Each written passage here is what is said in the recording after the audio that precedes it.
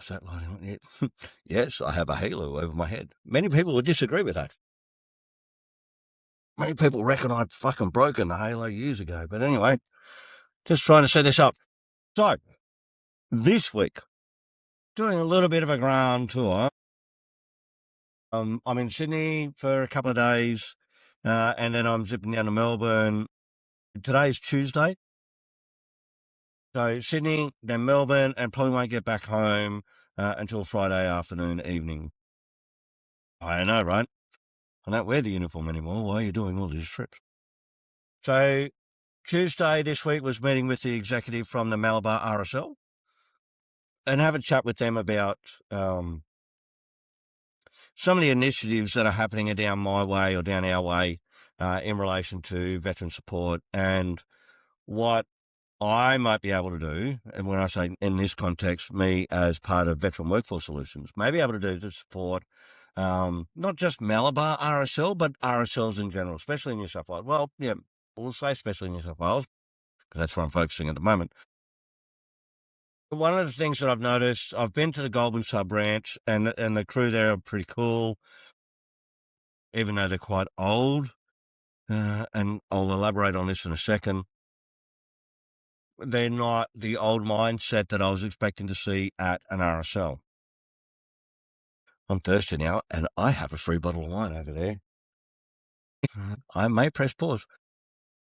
So having met with them, and then I've got an old mate of mine who's the secretary of the Malabar RSL sub-branch, and then when I was told him what I am in the process of organising or assisting other people to organise, he's asked me to come up and have a chat with his executive up here at Malabar. Change the angle of that a little bit, because I don't like looking down on people. So that's where I am now, Tuesday. Flew up from out of Canberra Airport at gentleman hours. Someone forgot to organise early check-in, so I couldn't sit in the hotel room and do work. I could have sat on the beach or done what I used to do, but no, I probably wouldn't be able to. I used to, I'm trying not to drag this out. I really don't want to make this a long thing. But when I was posted to Randwick, I would get to, because of dodging the traffic on the M5, I'd end up at Randwick Barracks like at stupid o'clock in the morning.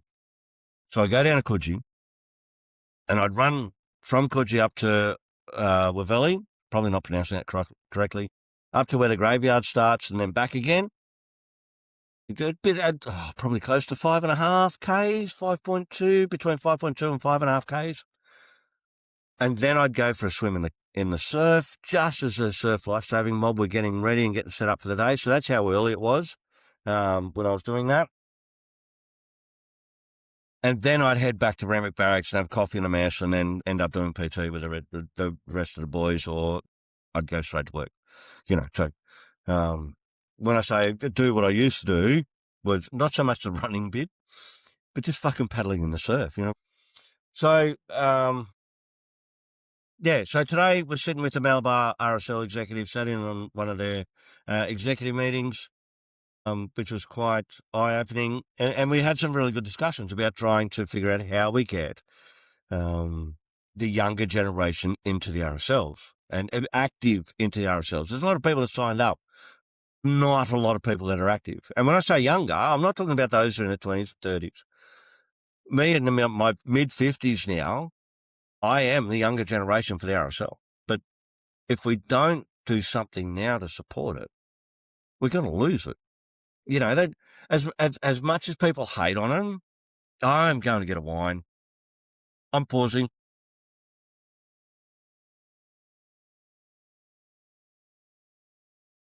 There it is. It's a Bancroft Bridge, Shiraz. Shiraz what? Cabernet. Di Bortoli family winemaking. Shiraz Cabernet is flavoursome red wine that makes a perfect accompaniment to roasted meats and rich pasta dishes. Let's see how it goes when you're gobbing off for a YouTube station. So yeah, like I was saying before, well, actually, that's fucking not bad. I like that. As I was saying before, if we don't start getting people from my generation or my genre, as I refer to it, if we don't start getting them involved now with the RSL, actively involved with the RSLs, We're going to lose them. Ah, that's what it was. And I know a lot of people are hating on them, right?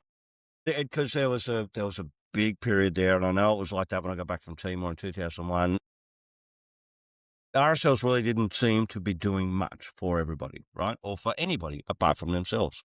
And then when you have a look at how much money some of these RSLs have got, you're like, I totally get it. But it's got to change. They're our biggest advocate. You have a look at the history of the RSL, and we get people, if we didn't have the RSL, we wouldn't have some of the benefits we've got now for us veterans, you know. And a veteran, excuse me, a veteran is the current DVA definition. Anybody that has worn a uniform or done time in service, right? But you can't do one without the other. That's a veteran now according to DVA, right? Yes, I have some words about.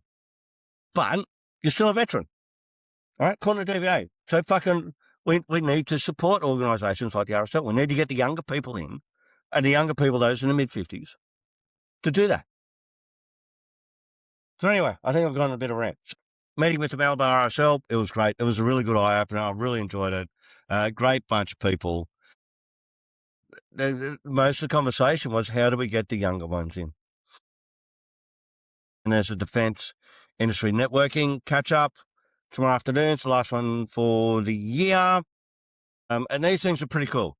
So the defence industry... Excuse me, I'm getting dry.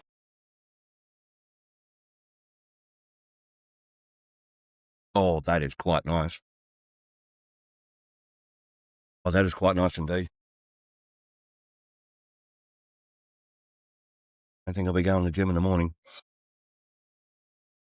The Defence Industry Networking Activities, or DIN, are a great little... it's not an organisation, a great little opportunity to catch up with like-minded people within the defence industry. Not wholly and solely, it's pretty loose, right? So there's no invites. So you don't need RSVCP. There's no C in that. You don't need to RSVP, all right? You don't need to sign up. You just track them on LinkedIn and turn up when they make the announcement. So be there at that tomorrow night, catching up with people. Then Thursday, jump on a plane down to Melbourne, where I've got meetings with some other like-minded people about providing veteran support, and a brunch with a colleague who is showing a lot of interest in supporting what we're doing with Veteran Workforce Solutions, providing that level of support to the veterans through empowering the employers, or enabling the employers by making sure that by being able to support them to be able to continue to achieve what they've promised to achieve when they sign up for the Veteran Employment Program. That's what we do, right? We're helping the veterans by empowering their employers. So that's my week this week. That's my week of travel. Okay.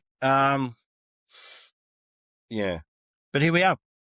And so we'll see what happens. It's pretty good so far. It's not a bad week. Only Tuesday afternoon, Tuesday evening. I've got some nice wine. I'll speak to you soon.